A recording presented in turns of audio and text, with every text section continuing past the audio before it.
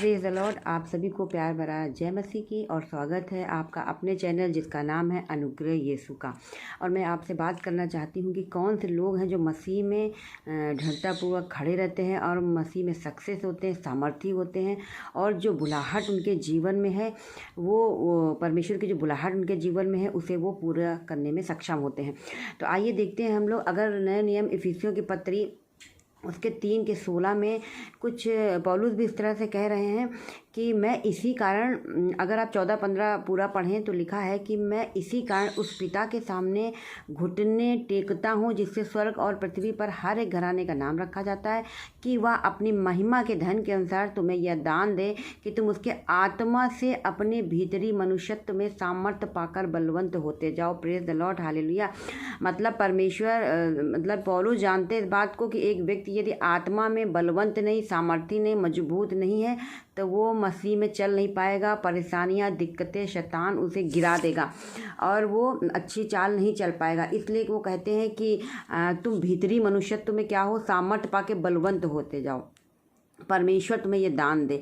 आज सारे जो कमज़ोर मसीही हैं उनको इस बात का दान मिले कि वो अपने भीतरी मनुष्यत्व में मजबूत हो। और कैसे? उसके आत्मा से, यानी कि पवित्र आत्मा से आप मजबूत होंगे, सामर्थी होंगे और फिर कोई आपको मसीह में गिरा नहीं पाएगा।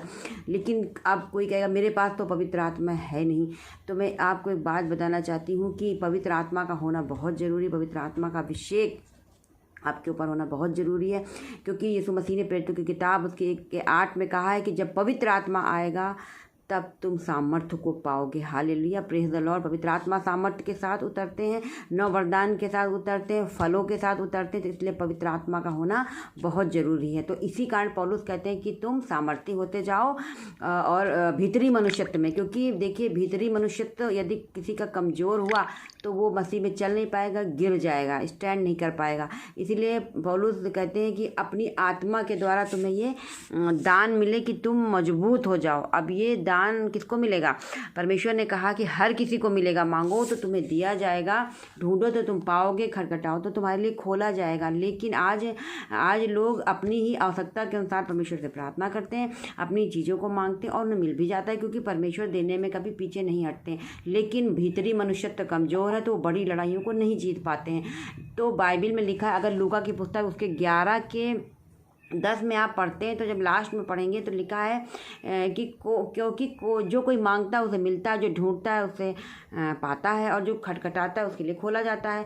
प्रभु यीशु मसीह ने कहा, तुम में से ऐसा कौन पिता है कि जब उसका पुत्र रोटी मांगे तो पत्थर दे, मछली मांगे तो उसके बदले सांप दे, अंडा मांगे तो उसे बिच्छू दे। यहाँ पे परमेश्वर ने कहा, अतः जब तुम बुरे होकर अपने बच्चे को अच्छी वस्तुएं देना जानते हो तो स्वर्गीय पिता अपने मांगने वाले को पवित्र आत्मा क्यों ना देगा। परमेश्वर ने कहा कि ये सब दुनियावी चीज़ें मुझसे मत मांगो, जब पवित्र आत्मा आएगा तो तुम सामर्थ्य पाओगे। जब मेरे धर्मराज की खोज करोगे तो तुम्हें बाकी वस्तुएं ऐसे ही मिल जाएंगी। तो बाकी वस्तुओं के पीछे फालतू की टेंशन मत लीजिए, परमेश्वर के कामों पर ध्यान दीजिए और पवित्र आत्मा की मांग करिए, उसकी भरपूरी की मांग करिए। देखिए परमेश्वर ने कहा अपने मांगने वालों को।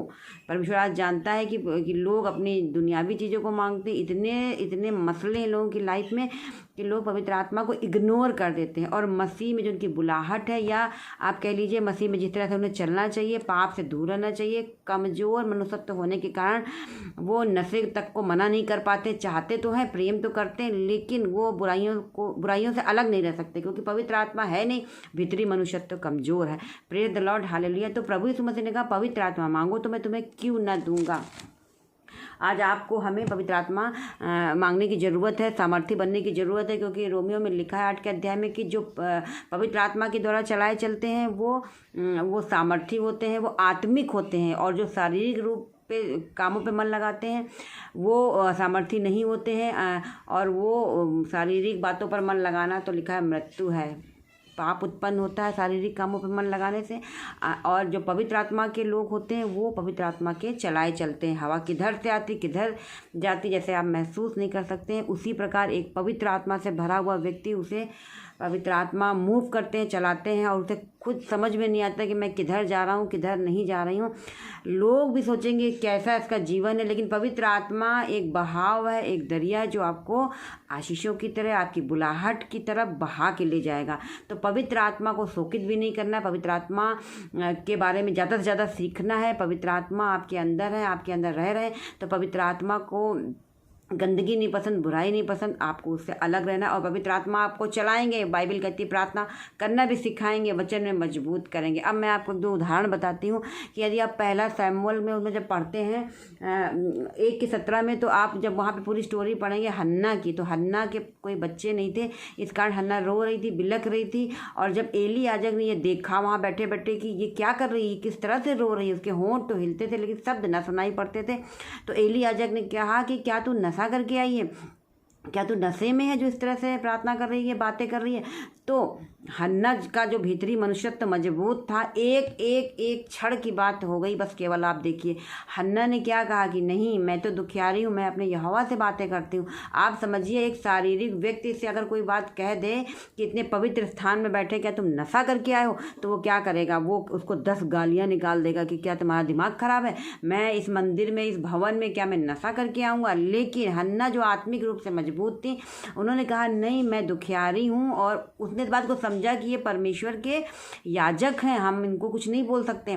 तो इस कारण से वो आत्मिक रूप से मजबूत थी, जागृत थी, पवित्र आत्मा के बहाव में थी। तो उन्होंने कहा नहीं, मैं दुखियारी हूँ। और बाइबल बताती इस कारण एली याजक ने कहा जा, कुशल से चली जा, इजराइल का परमेश्वर तुझे मन चाहा वर दे। Hallelujah, praise the lord. और आप देखिए एक क्षण का फासला सिर्फ रहा उसको अपनी आशीष लेने में। तो यही कारण होता है कि लोग अपनी आशीष को नहीं ले पाते, पाप में फंस जाते हैं, शैतान के चंगुल में आ जाते हैं और बुराइयों में फंस जाते हैं। क्यों? क्योंकि पवित्र आत्मा नहीं है, भीतरी मनुष्यत्व मजबूत नहीं है। हालेलुया। इसी प्रकार जब दाऊद थे, दाऊद जब गोलियत को देख के डरे नहीं, वो बहुत मजबूत थे, पवित्र आत्मा से भरे थे। एक व्यक्ति पवित्र आत्मा से जो भरा होता है वो परमेश्वर की बातों पर ध्यान देता है, विधियों पर चलता है, नियमों पर चलता है। सबसे बड़ी बात है कि वो यहोवा से डर के चलेगा। तो जब दाऊद इतनी सारी परेशानियों को देखा कि गोलियत इतना लंबा चौड़ा एक दानव है और वो डरा नहीं और कोई अस्त्र शस्त्र नहीं धारण किया, क्योंकि वो जानते थे कि दाऊद जानते थे कि परमेश्वर मेरे साथ साथ चलते हैं। और जब पहले उन्होंने अंगीकार किया कि मैं सेनाओं के यहोवा के नाम से आता हूं, और बाइबल बताती है उन्होंने गोलियत को मार गिराया। Praise the Lord, hallelujah. इसी तरह जब आप मजबूत होंगे भीतरी मनुष्यत्व में, पवित्र आत्मा की बातों पर ध्यान देंगे, आप मजबूत रहेंगे, कोई परेशानी आपको गिरा नहीं पाएगी। चाहे फाइनेंशियल कंडीशन हो आपकी, चाहे घर में कला हो, चाहे शादी ब्याह को कोई मसला हो, आपके बच्चे अगर बिगड़े हुए हैं, नहीं सुधर रहे हैं, तो आप अपने भीतरी मनुष्यत्व में मजबूत रहिए, प्रार्थनाएं करिए, चीज़ें बदलना स्टार्ट हो जाएंगी। हालेलुया। नेहम्याह के बारे में जब पढ़ते हैं, उन्हें छुट्टी लेनी थी राजा से, तो उनका भीतरी मनुष्यत्व मजबूत था और उन्होंने प्रार्थना करके गए, और वहाँ भी उन्होंने प्रार्थना करी, किसी संसारिक बातों पर मन नहीं लगाया। और बाइबल बताती है कि राजा का मन नेहम्याह की तरफ लगा और उसे छुट्टी मिली और उसने शहरपनाह को बनाया। Praise the Lord, hallelujah. इस तरह मसीह में कोई भी बात हमारे लिए असंभव नहीं है। Praise the Lord, hallelujah. तो आज ही अपने भीतरी मनुष्यत्व को मजबूत करें। पौलुस कहते हैं कि परमेश्वर तुम्हें ये दान दे, आज ही खुदाबंद से यह पवित्र आत्मा का दान मांगे और परमेश्वर आपको मजबूत और सामर्थ्य बनाएंगे, क्योंकि प्रभु ने खुद कहा है मांगने वालों को मैं पवित्र आत्मा क्यों नहीं दूंगा। Praise the Lord, hallelujah. तो आज का वचन से आप ब्लेस हुए हैं, आशीषित हुए। खुदावंद आपको बहुत सारी बरकतें दें, आशीष दें और आप परमेश्वर की भरपूरी में जिए। सभी को जय मसीह की।